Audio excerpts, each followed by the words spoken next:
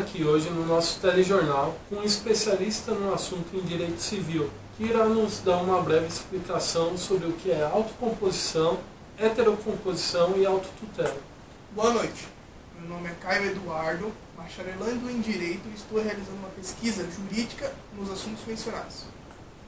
Então vamos iniciar, Caio. O que seria uma autocomposição? Autocomposição é um gênero e tem como espécies 3 características: a transação, a renúncia e a submissão. A renúncia ocorre quando o titular de direito abdica dele, acabando com o conflito. Quanto à manifestação da vontade, a autocomposição pode ser classificada em unilateral, tratando-se da manifestação da vontade por uma das partes, por exemplo, a renúncia. Já a submissão ocorre quando o sujeito se submete à pretensão contrária, ainda que entenda ter o direito. A transação envolve o sacrifício recíproco de interesses, sendo 3 subespécies: a negociação, que é a transação entre as partes sem intervenção de terceiros; a mediação, em que a presença de um terceiro não oferece soluções, não faz propostas, tendo apenas a função de constituir um diálogo entre as partes para que elas mesmas tenham uma solução; e a conciliação, na qual a presença de um terceiro se encontra equidistante das partes, tendo o papel de oferecer soluções. Já vimos então como funciona a autocomposição. Agora vamos conversar sobre heterocomposição. Vamos lá. A heterocomposição é caracterizada pelas intervenções de um agente exterior aos sujeitos, imparcial, da solução jurídica, na qual se originou o conflito, o qual passa a conduzir uma dinâmica na solução e será responsável pela decisão final. Poderia nos dar um exemplo de método heterocompositivo? Claro, seria a jurisdição e a arbitragem. A jurisdição é a estrutura básica da trilogia estruturante do nosso direito processual, especialmente como poder e dever do Estado, de através de um processo proferir uma decisão, criando uma norma jurídica concreta para a resolução daquela controvérsia, sendo exercida por juízes do tribunal em todo o território nacional. Essa jurisdição é inafastável para lesões e ameaças do direito, sendo a característica de uma garantia constitucional. A arbitragem, por sua vez, que é também um meio heterocompositivo de solucionar conflitos, ocorre quando as partes capazes de um acordo ante um litígio, e até mesmo por meio de uma convenção, estabelecem um terceiro imparcial, que terá poder de solucionar controvérsia, sem intervenção estatal.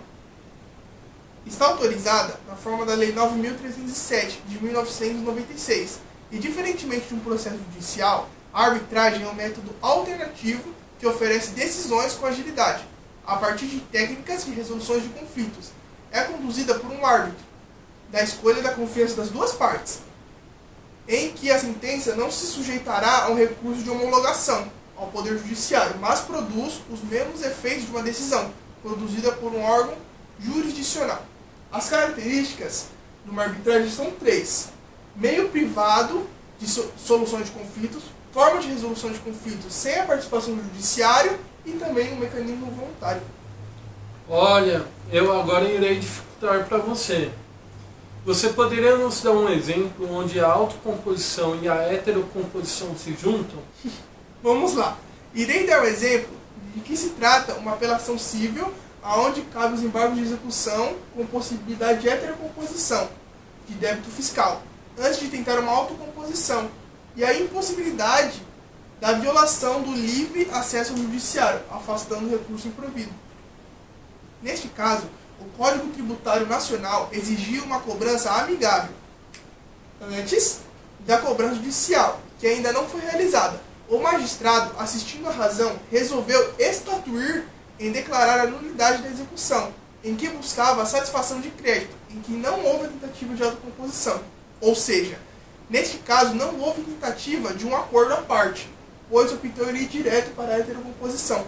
Isto porque se trata de uma exigência legal, que faz nascer a obrigação do poder público de agir dentro daquele arquetipo, o dever de tentativa de autocomposição antes da heterocomposição. Neste caso, o provimento do recurso foi negado. Obrigado, Caio. Esse foi um ótimo exemplo onde podemos conciliar teoria com a prática. Agora, passando para o último assunto, o que seria uma autotutela? A autotutela ou autodefesa é a forma mais primitiva de solução de conflitos, na qual o emprego por força de uma das partes e a submissão da parte contrária. A força pode ser entendida por diversas modalidades: física, moral, econômica, social, cultural, filosófica, etc.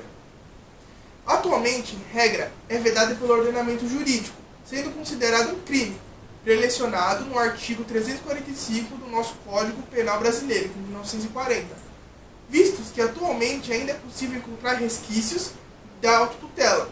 É o que pode observar na lógica do exercício constitucional do direito de greve, desforço incontinente das ações possessórias e a própria retenção de bagagem, estabelecido no nosso Código Civil.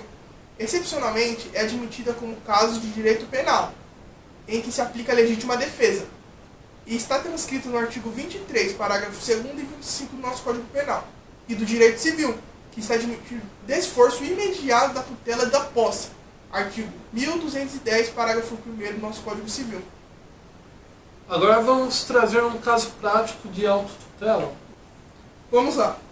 Trata-se de um agravo de instrumento com ação de reintegração e manutenção da posse. Autotutela da posse. Abuso configurado pela manutenção da ordem para desocupar o imóvel, voluntariamente no prazo de 30 dias.